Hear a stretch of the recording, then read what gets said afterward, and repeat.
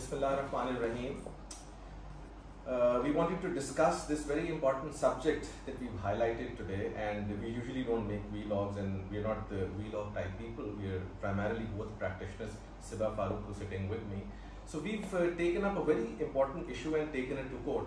This issue relates to bullying and bullying at schools, and this was an issue which was being felt across the board throughout Pakistan by the kids themselves, school students, and parents most importantly. So there was a strong need to have a proper, legislation on the subject. So we took up the subject and took it to Lahore High Court. The matter was taken in the extraordinary jurisdiction of Article 199, which is to guarantee and enforce the fundamental rights. That petition was filed through Siba Farooq Sahiba and her daughter, who's also a child citizen. So for the first time, a child citizen is approaching a constitutional jurisdiction, and that is going to be adverted to. Justice Jawad Hassan was the judge who heard the case, and he has passed appropriate directions to the respondents, who are basically Government of Punjab, Federation, other important departments dealing with child rights. They will be filing their report very soon by Monday, and primarily what we've asked, I will just be touching the constitutional side, is that the child bullying itself and failure on part of the government to legislate on this subject and this inaction is basically directly violative of the fundamental rights which are enshrined under the Constitution of Pakistan, Article 4, body reputation protection, then Article 25, Article 9, right to life, and most importantly Article 14, which deals with the inviolable dignity of a man, which includes of course a child and the female as well. But I want Siba to explain the intricacies of this petition that she has filed, because she has prepared this petition with great hard work and great dedication, I must say. Thank you so much, Barrister Ahmed. First of all, I want to congratulate the entire team, yourself and the researchers, everybody working on this petition, because this petition was close to everyone's heart. It's very close to my heart, it's very close to Barrister Ahmed's heart.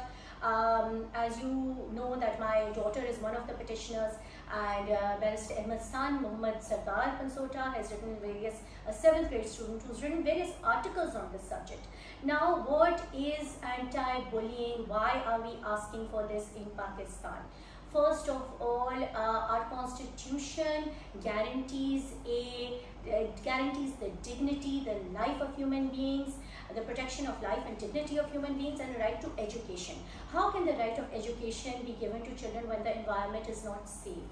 What does bullying do? Bullying is violence, harassment, and against children inside schoolyards, or these days after COVID, there is something called cyberbullying as well. We want to educate people about this. We want the state to intervene, and we want laws to penalize this behavior. It is very, very essential to make learning environments safe and secure for children. What has triggered this? There have been several incidents and episodes that triggered us to take action and make this public interest litigation in the first place. First, there was an incident called the Scarsdale School incident in Punjab, where a young girl was bullied and subjected to violence and injury. And furthermore, there have been various reports suggesting that there is a lot of psychological impact on children. Children are dropping out of school, children are becoming suicidal. It is not right, and it is not something that can be continued. So with this plea and with this well-drafted petition, and highlighting the fundamental rights, and asking for an expanded interpretation of the right to education, we approached the Honorable Lahore High Court.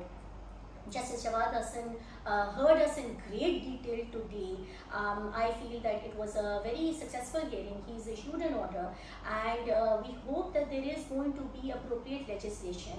The similar legislation exists in most of the world, and I feel that Pakistan must now follow suit, and Pakistan must have this legislation, and as well as a policy and a reporting mechanism where educational institutions have to report these incidents of bullying. They need to have internal structures to educate children about bullying, and internal mechanisms to correct this as well. I think most of it has been discussed, but I also want to tell you that this is not my petition, or this is not our petition. This is basically a petition where we represent the parents at large, children at large. So anybody who wishes to make any submissions, wants to become a party to this petition, wants to add on to it, he or she is most welcome. We are open to suggestions. You can reach out to me. we're both available on social media as well. But this is one subject that I want to take to its logical conclusion. If it has happened to any of us, or if it has happened to somebody who's crossed that age, we will not let that happen to any other child who's presently going through all of this. We need to be very cognizant of something. The child is living in a day and age when there is cyberbullying, when there is technology in place, when we are I believe the 8th largest internet users in the world. So in this day and age, we have to be very careful that an adequate protection is given to them. So we will keep updating you on this, and I also want to tell you that the people working on this petition are also young people. I've got my associate Fatma Khalid working with me, then we've got other people who are all contributing to it. So inshallah, I am very hopeful we will come up with a very progressive legislation and something good will come out of it. It has happened before in several cases that I have done, Sibaji have done, and I think it will also happen in this case. I second Barrister Ahmed on this. Please come forward. If this is something close to your heart as it is for us, please come forward. And before we end this, I want to highlight that Pakistan has some international obligations. There is a plethora of international treaties and conventions that we have signed. There are UN resolutions on this, and we are bound to ensure that the children and the youth of Pakistan are protected, and especially they are protected within their learning environments and educational institutes. So with that, I think we have explained it. And we will keep you updated on this, inshallah. And we will make sure that whatever transpires, we will share it with you. Thank you very much. Thank you.